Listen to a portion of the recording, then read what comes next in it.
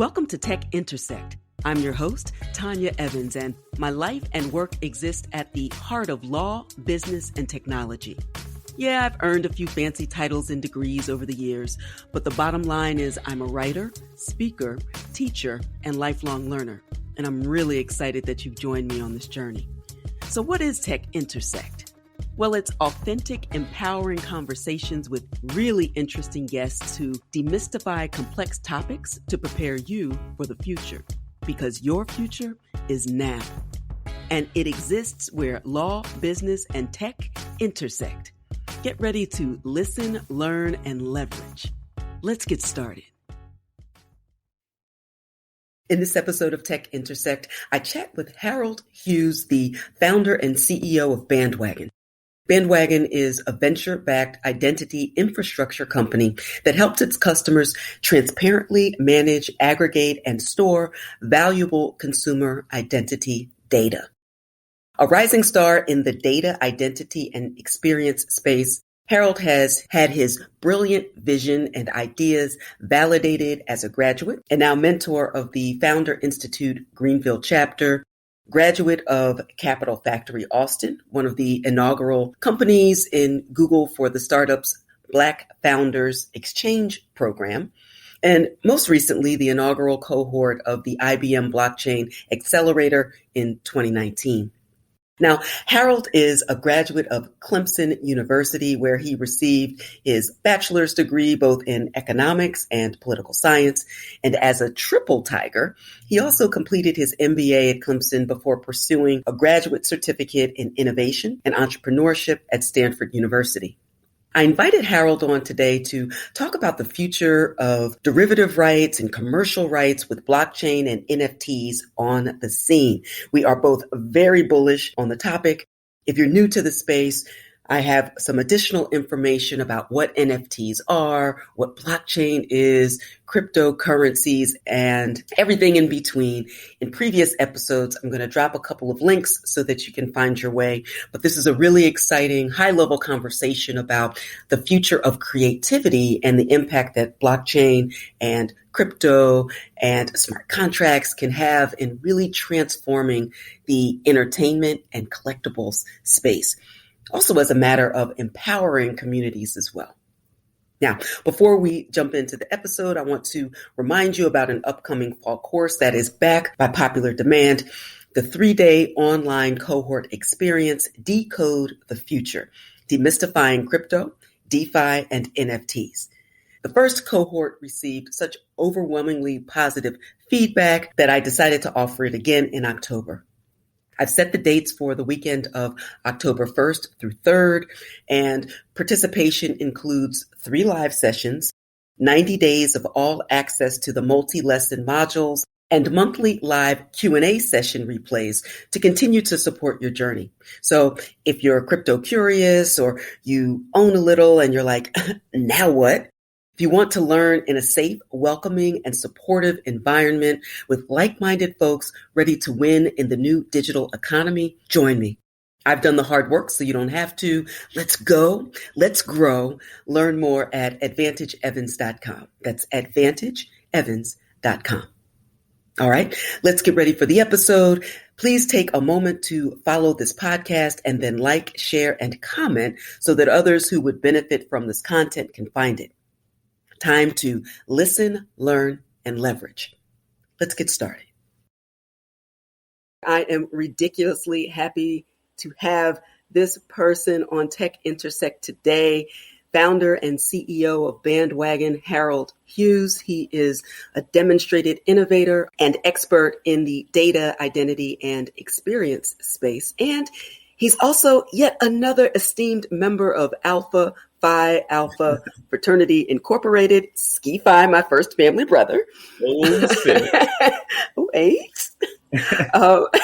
And so I invited Harold on today to fall down the NFT meets legacy entertainment world rabbit hole with me to talk about the future of derivative rights, commercial rights, and blockchain and NFTs on the scene. So much going on.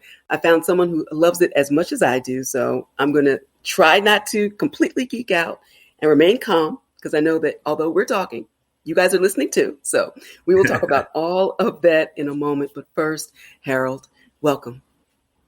I'm so glad to be here. It's amazing. We have so many mutual connections, and they're all amazing people. Shout out to Shantavia, shout out to Bari. And we had these like 1 degree of separation for a long time. And finally, we hopped on a call. We're definitely Twitter buds. And I really appreciate all of the work that you're doing and everything that you've done in technology, but also in business, and also in your ability to, I feel like you just have this really keen ability to identify talent, to leverage it, and to make sure people are growing together. So I'd even love to talk about that in the context of Bandwagon, but definitely really happy to have you on. Well, thanks. I'm super excited. And I do want to say before we get started, I think that in a world where there's so much noise and everyone wants to give their input on everything, I've just always appreciated your presence in being really specific about what you do, why you're an expert in the fields that you're an expert in, and why people should work with you on those areas. I think that we need more of that. We need more specialization and need more experts. And so I'm just super excited to sit down and chat. Excellent, excellent. Well, let's dive in. For those who aren't familiar with your path into technology, I also think of you as a person really on the leading edge of the future of work and wealth. Talk about your path into this space that led up to when you founded Bandwagon. Yeah, so I'm a first generation American. I grew up in Columbia, South Carolina. My dad was an electrician, and my mom actually was a store clerk at Rich's, which is now Macy's. And so growing up, we were one of those households where we didn't have a computer until much later in my childhood. And so we would spend time at the public library. And when I was involving myself in tech, it was taking apart a VCR, trying to fix a game console. And so I don't do all that hands-on stuff now, but after finishing at college, I went to Clemson University. I studied economics and political science, primarily because I was going to go to law school. I really love the idea of debating reason and what should and shouldn't happen, but fell in love with sales. I actually, to put myself through college, worked at Radio Shack. And so while working at Radio Shack, I really got into solution selling. Like, unlike Best Buy, Radio Shack didn't have like a 60-inch flat screen TV. We would have these little like 40-cent widgets and diodes, and a old guy from the community would come in on a Saturday and say, this transistor isn't working and I need to replace it. And so I fell in love with helping people solve problems with things that actually mattered. And in that case, it was tech. And so that's really what was like the foundation for me. And so in working in corporate America and deciding to pursue an MBA to move up there, I had my first opportunity to think through what I could look like as an entrepreneur, because that's another thing is that while I was always an individual contributor working for folks, I'd never thought, well, what happens if I decide to be the job creator and I'm the person making the decisions? And so that's kind of how I, weaved in tech, helping community and really connecting with people. That's really fascinating. And you really took me back with Radio Shack because I was instantly transported back to those days. So it's like, that is a really interesting distinction between Radio Shack and the Best Buys of the world. Very fascinating. And you would make a fantastic lawyer because at the end of the day, and I tell my students all the time, for those who don't know, I am a law professor at Penn State Dickinson Law School. At the end of the day, we listen and solve problems. That's there it. You go.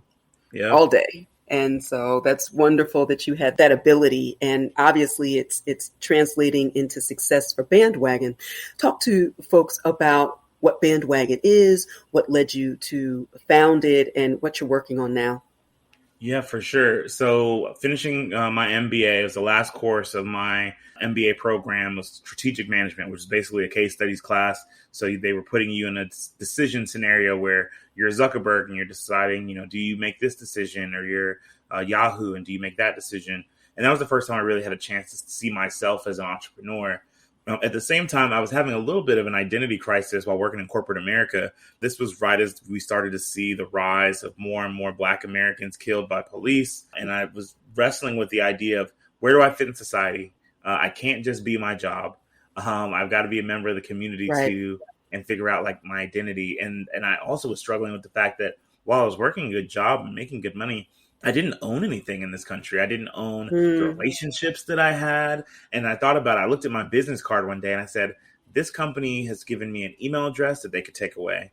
a phone number that they can take away, do they own the relationships as well? Right. And so that was my first time thinking, well, if I started a company, what would I do? And the main thing I focused on was, well, how do I do something that doesn't necessarily focus on money? Like, it can make money, but making money can't be the only goal, because there are going to be days when you don't make money. I Right. know that really, really well now. And the thing that I focused on was how segregated the country was on Sunday mornings in various church communities. So you go from different race to religion to socioeconomic status and geography. But on a Saturday afternoon at a Clemson football game, or a Friday night at a festival or a concert, you had people hugging and high-fiving, and a diverse fan base mixing it up all around an affinity group and creating live Right. event experiences. And so that's what I decided. I said, well, Bandwagon is going to be a company that uses technology to help fans everywhere have better live event experiences, because I really felt that was going to be the thing that brought us together outside of our households and really connected us in the broader community landscape. That's really interesting. And the IP lawyer in me instantly says, what a fantastic trademark. How long, Yeah. this is a completely unrelated question, but it just popped into my mind. How long did it take you to get to this amazingly fantastic trademark for the branding of your company? Well, we've really cared a lot about trademarks more so than some patents. When we think about investing in resources in a startup, right, you're trying to figure out, you have a limited amount of resources. What do you invest in? And for us, we saw opportunities to create trademarks that provided a lane for us to be able to grow in. And so, for example, we have another trademark that is fan intelligence. Think about how broad that is. We have fan intelligence as a trademark. We have stadium as a service as a trademark. We have proof of experience as a trademark. And so when we start talking about the positioning where we're taking, we can say Bandwagon is the leading fan intelligence company. We are delivering proof of experience solutions. And so for us, we take anywhere from 3 months to really kind of evaluate, and then we'd hear back. A couple of those we had to go back and forth on. But as we sit here today, we're just super excited to be looking at the NFT space and seeing how the game day has been extended. I'm excited about Right. Clemson playing tomorrow, but normally people think about the game day experience from when the ball is kicked off or when the whistle blows. But the game day experience really nowadays starts from the moment you're looking for the ticket. And so what Bandwagon has done is really found ways to leverage technology to extend that game day to create unique experiences. And so we're thinking about what that means digitally and what that means in real life, IRL, as fans are gathering in these venues safely. It's really important, particularly the fact that we are 19, 20 months into a pandemic, and so Right. many businesses were not prepared to pivot. And you can tell me more about whether there were pivots for you, but it sounds like you were well positioned to take advantage of, and wrong terminology, but to really leverage your initial vision around really the future of the way to leverage technology from I think I want to go to a game to now I want to collect items related to an experience as well. So talk to me about whatever pivots that you may have made initially, because obviously now as you focus on non-fungible tokens in the space, it's a whole new world of opportunity. Absolutely. So when we started, we thought of the lowest, the lowest value prop we could. It's like, can you create a better experience? And we did surveys. We surveyed over 44,000 fans, most of which we were doing pen and paper, walking around the Southeast at various campuses on game day in the fall, asking them, how did you get your ticket to this game? What are the things you value when it comes to your seating experience? Is it how much you paid, where the seat location is, who's sitting next to you? And the number two thing behind price was who's sitting next to you.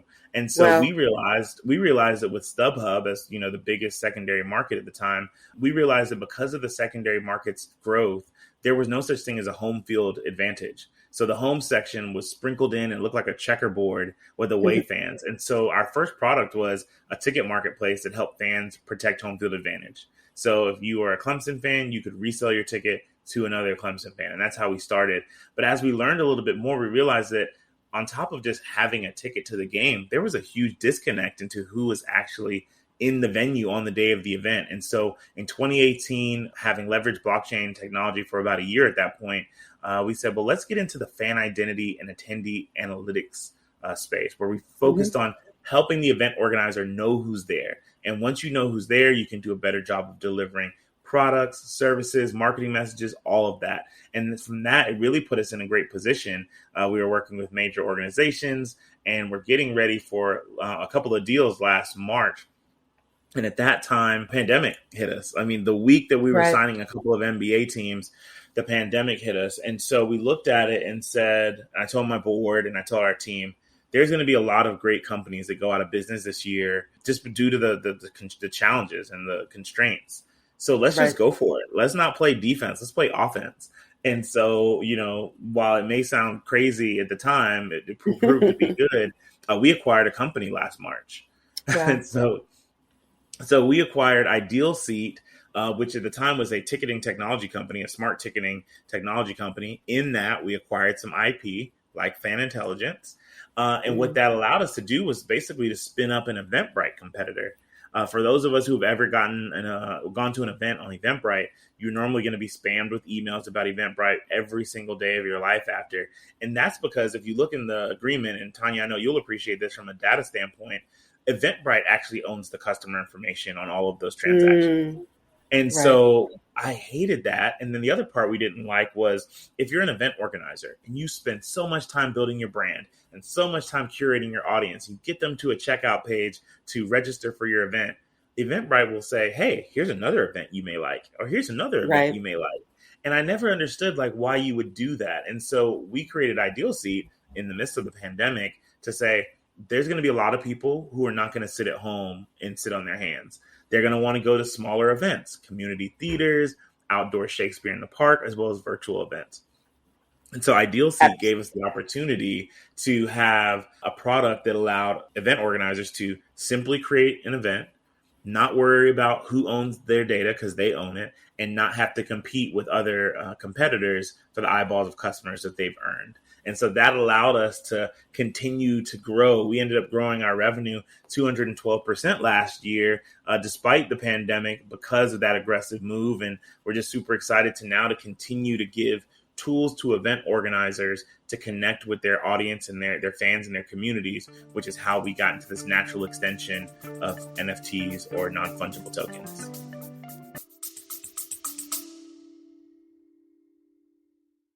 You love listening to podcasts, but have you ever thought about starting your own podcast? Maybe you want to build a brand, grow your business, or are looking for an excuse to talk about your favorite hobby. Whatever your reason for making a podcast, Buzzsprout is the place to start. Since 2009, Buzzsprout has helped over 300,000 people launch their own podcasts. Buzzsprout walks you step by step through the whole process and will give you powerful tools to start, grow, and monetize your podcast. Ready to get started? Click the link in the show notes to get our free step-by-step guide to starting your podcast today. We hope you're enjoying this edition of Tech Intersect. Our conversation will continue in a moment, but first, a word on an exciting opportunity. There's a more cost-effective and time-efficient way to reach your leading-edge learning and earning goals, to put you ahead of the stiff competition in this fast-paced, tech-driven economy. You need skills, credentials, and a fast track to a competitive advantage. You need it now more than ever, and I can help. The Advantage Evans method puts you ahead of the curve with condensed, comprehensive online courses, curated content to leverage your current skills and expertise, live coaching, networking opportunities, and more. Upcoming courses include From Cash to Crypto to help you buy your first Bitcoin, and there are 2 ways to get your advantage. Advantage Evans Encore gives you maximum experience for your total competitive advantage and access for 1 year. It includes a live welcome and modules on terminology, buying and selling, exchanges, mining, earning crypto, trading and investing, and also several of the legal issues you need to know in order to be safe and secure as you enter this space. That includes tax compliance, how to plan for a Bitcoin estate, and securities laws to make sure you avoid any legal unforced errors. Now, Advantage Core gives you the essentials. It's a short course to give you what you want and the support you need to buy your first crypto in as little as 3 weeks, with access to the information and replays for 3 months. And if you're not quite ready for your Advantage and want a sneak peek to try before you buy, Then register for a free masterclass where I share my Crypto 101 success checklist and cover current hot topics in crypto. So there truly is something for everyone, including you, to get in on the fast track and learn and earn in the digital economy. Visit advantageevans.com to get started. That's advantageevans.com. And now, back to the conversation. Such an excellent example of the flexibility and the nimbleness and the let's see. I don't know the proper term of, Yep. I don't know, let's see. Because Let's you see. had I imagine, not just imagine, but know that you have a solid foundation. What I hear in your story is also the confidence that you know that when you have new information, you get to make a new decision. And Right. that regardless of that, at the end of the day, you're going to be okay. Some things are going to win, some aren't, but you have done a lot of work to position yourself to have a good and solid foundation to take calculated risks. So that's what I'm hearing in your story too. And Yeah. it looks like, no pun intended, you hit it out of the park. Yeah, and I want to make sure I emphasize what you said there. So many founders and people all across spend time in a decision that they know is bad now, but because of how much they put into making it, or know it's bad now, but because they took so much time making it, they stay in it. And that's one of the things I talk about is that with new information, you can make a new decision. And it's Right. most important to rip that Band-Aid off and to go with it. And so as my CTO Hampton says, Harold, if you think that the next step is that we should make a hot dog stand, we're going to make the best damn hot dog stand ever. and it's important that with any company, you move quickly in one unified direction. And so we were fortunate to be able to do that with our great team. Powerful, powerful. Well, talk to me now about the role that non-fungible tokens as a representation of digital ownership is transforming the work that you do and the vision that you have for the fan experience and also the self-sovereignty of controlling one's own data. Yeah, I think that it's been really interesting to see. I love the stuff that Angela Benton's doing as she's talking more about educating folks on the value of their data. If you think through, the products cycle is this, or the saying is, if you aren't paying for the product, you're the product, right? And so Right. you're exchanging your data for use or any of these things. And so now we're seeing more and more people mindful of the data that is out there on them. And so when it comes to even experiences, I'm willing to give of my data so that you can curate a better experience for me. And that's the exchange that most consumers are willing to make. The key is are you using my data responsibly? Are you using it in the way that you said you're going to? And then do I still maintain ownership of that? And so I think Right. we're in this new wave of the value of data and trying to think through how valuable is it and how do we as consumers protect it? And so as it relates to us, we're thinking about the fan experience space saying, if you don't know who's showing up, it's going to be pretty hard for you to create a curated experience for them. And so part of what we think through is, well, if we can de-identify that fan data, if we can aggregate it from multiple points, you're able to take the same action with better information. And now you're protecting a lot of people. And you're seeing GDPR, the global data privacy, their regulations in the EU, or CCPA, the California Consumer Privacy Act. You're seeing more of these guidelines that are going to be coming down the pipe on how organizations have to manage consumer data. And so when we think about this in the live event space, we say, yeah, there's a huge opportunity to really change the game for how these brands are connecting with their fans. Yeah, the example that we can take from the EU, when I think of the GDPR rolling out and the impact that it made on the decision-making processes of some of the big movers in the space, right? The FANGs of the world. I think of Google as an example when I think of, the collection of information for purposes of Google Maps. It was quite a different experience in the United States versus over in various countries in Europe. People could actually opt out of the experience before that technology rolled out. Right. There's technically an opt-out scenario in the United States, but we have a different set of laws for sure. And companies can make it quite difficult to disaggregate yourself from that level of information. So I say all that to say it's not that it's impossible. It does rely on regulations in order to set particular standards. Those standards are not global, but I feel with the increasingly decentralized nature of these various technologies at a Web3 level, there have to be some international standards around data protection and the use of non-fungible tokens. We certainly know a lot about it in the creative and the collectibles space, but what you're talking about in terms of identity, disaggregating that personally identifiable information from the relevant data to make the experience better, right? That seems Yeah. like a win-win for the consumer and for the business owner, as opposed to something where, consumers are the product, which hasn't seemed to work out so well for consumers over these last 30 years.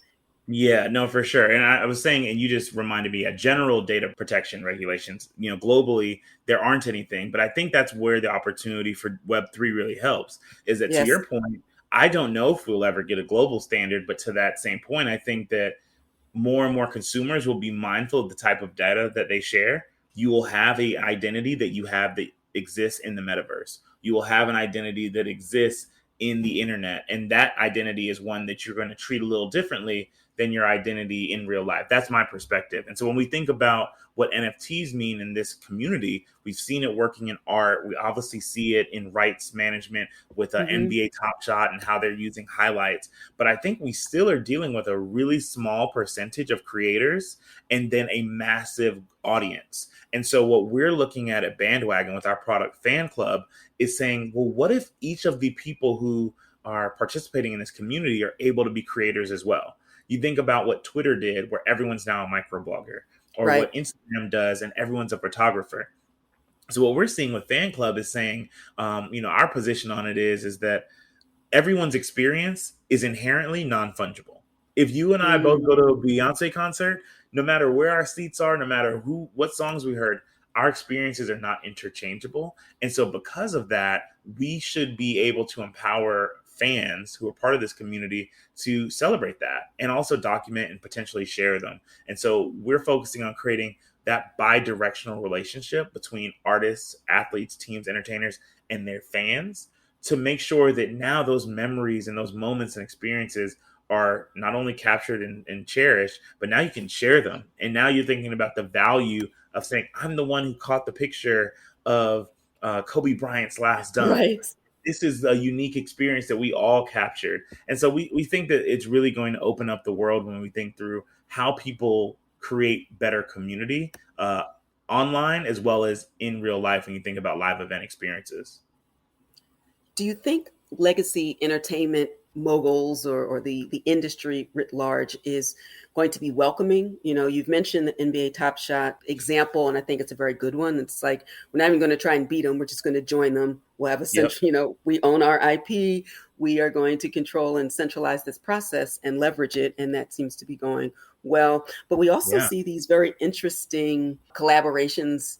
I don't want to say necessarily partnerships, but let's, for lack of a better word, collaborations, partnerships with existing NFT space and, legacy entertainment. What are your thoughts about some of the exciting projects and collabs going on right now? Well, I think that it's super exciting. I think that we will continue to see the legacy and the traditional blue bloods in these organizations and industries find ways to adopt NFTs, not only because it's the future, but let's be clear, it's capitalism here. And so what you're literally looking at is a new plot of land that these organizations can sink their teeth into. And so that's why, I sit here and I'm present online as a Black man, understanding and learning this stuff. But I'm not big on building in public, but I definitely love to learn in public. And I do that intentionally to make sure that folks are realizing like, whoa, we don't want to be left behind on this thing. We need to make sure we are making ourselves aware of, well, what does it mean to have a wallet? How do I store my digital assets? And all of those things, because as more and more of these organizations come online and decide that they're going to make NFT tickets, for example, as the NBA and Mark Cuban have notably said that they're going to implement at some point, like we need to understand as consumers what that means and how do we participate in that digital gold rush that's going to happen. And I think that these organizations are already plotting what that success is going to look like for them. No question about it. As the quick scan of the headlines every day, and once you see Visa jumping into something, Hey, Visa, Right. shout out. We love you. Visa jumps into the NFT craze, buys a CryptoPunk for 150K. You have the Right. NFL, NBA stars joining the CryptoPunks revolution and Bored Apes, etc. Yep. You have Micah Johnson selling the rights to Aku, his NFT creation, his character that's going to be in motion pictures and TV. It's not a matter of if, and it's not a matter of when. It is literally right now. And so Yep. that is why I am so passionate about education in the space. It's like I'm not shilling coins. I have my own Nope. personal ideas about it. It's not about that. It is about, it's taking us back to the earlier part of our conversation. Informed movement in this space is going to be critical. And I'd love to get your final thoughts just as a matter of generational wealth for communities historically locked out of tech and locked out of finance. Then tech and finance come together, have a baby, have this awesome, crypto space, but it's not just about cryptocurrencies, but about crypto assets as a matter of digital ownership. So what are your final thoughts about how marginalized communities can position themselves in order to really take advantage in a decentralized space? Yeah, when I think about that, I mean, I think about what we're seeing in equity crowdfunding. My company did an equity crowdfunding campaign in 2018 with Republic, and what I loved about that was that we had investors from all different education, all different geographies, and many of them were making their first investment. Minimums were $100, and I Mm-hmm. surveyed my investors. We had over 330 investors.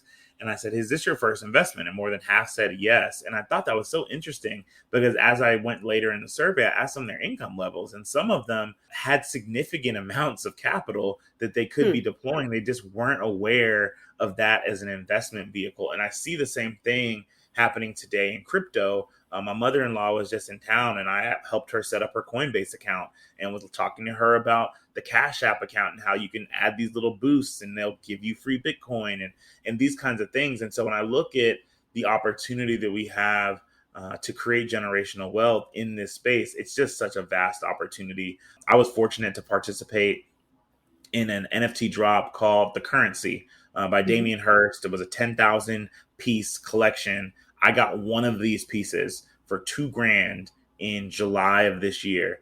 And these things are selling for $40 and $50 and $60,000, other paintings in Amazing. that collection. And I can tell you as a, son to my mom and siblings and all this, $50,000 is life changing for us still. You see what I'm Absolutely. saying? And so you can imagine that, if you get one of those and some of these other things, I can't imagine what some of the people, it's been cool to see some of the people who got, CryptoPunks early and they're paying off their Right. student loans, selling NFTs.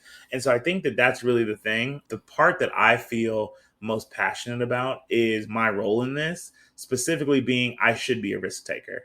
I Mm. have plenty of college degrees. I'm well networked. My wife and I live comfortably with our 2 kids. I should be taking these risks because it's important that I find ways to learn about this so that the people who don't necessarily have those same comforts can learn after it's been de-risked.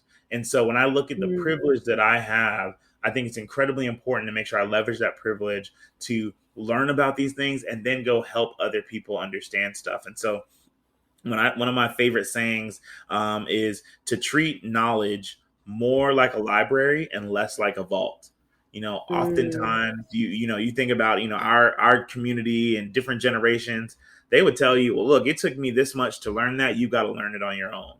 And I Right. think that that sets us up. And so we need to look at this saying, no, no, no. If it took me 2 months to learn this, I want you to learn it in 2 days because Right. that's going to improve our overall community. And so by thinking about what crypto and NFTs and all of these different things do, I think that there's a huge opportunity for a wealth shift. At the same time, I think there's a big amount of pressure on the folks who are participating to not shill, to make sure they're not participating in a scam culture, and to truly think through how you bring the rest of the community along with you. And so that's my approach to it. And I'm just glad to be able to be participating and fortunate to have some of the opportunities that I have and look forward to helping bring more people into this. I think it's definitely going to be transformational. Well, I'm your official partner in power in that regard. I look forward Amen. to continuing to remain connected with you, Yeah. building. You know where I live on my Yeah. Twitter. You let me know Yep. what you need. and let's make it happen. I'm really excited about the future and for all of the reasons that you've said. Please tell people where they can learn more about you and your work and stay connected with Bandwagon. Yeah, if you want to check me out, I'm not really ever on LinkedIn. I'm on Twitter at one bandwagon fan. If you follow me, you'll see everything from music to barbecue to tweets about being a dad, because that's super important to my identity there, and as well as startup life, NFTs, and thinking about how we create community. And then you could also check out what we're building at Bandwagon. It's bandwagonfanclub.com. And ultimately, I'm just really excited. I think that creating these conversations is really one of the things, if you look at many cultures of the world, spoken word and word of mouth are true references. And so if we aren't talking to each other as people, there's a lot of information that we may not get. And so I'm glad that we're able to have this conversation and that everyone's able to listen to it, and hopefully they share it with someone else, and then they have a conversation about it and reach out to us to try and extend the conversation online. And so I think this is just the beginning. And so I'm glad to be here. The oral tradition served us well in the past. It's serving us well today, and it will serve us well in the future if we use it responsibly. Thank you so much for joining me today. Harold Hughes, Bandwagon. Let's go and let's grow. Let's go. Thanks, Tanya. Many, many, many thanks again to Harold for taking time out to chat about the future of digital ownership, NFTs, and how to make power moves by positioning your business to be nimble and fearless. Tap into the new information, new decision energy. Surround yourself with folks with a winning mindset, and always, and I do mean always, bet on yourself. It's your time to shine, so let's go and let's grow. Before we sign off, please take a moment to like, comment, and share this episode and this podcast with your networks. Follow me on social medias and let me know what topics you'd like to hear more of and who you want to hear from. All right, that's all for this episode. Until next time, continue to shine. Stay in touch with host Tanya Evans via your favorite social media. On Twitter at Tech Intersect. And on Instagram via the handle Tech Intersect. This podcast has been produced by Stephanie Renee for Soul Sanctuary Incorporated.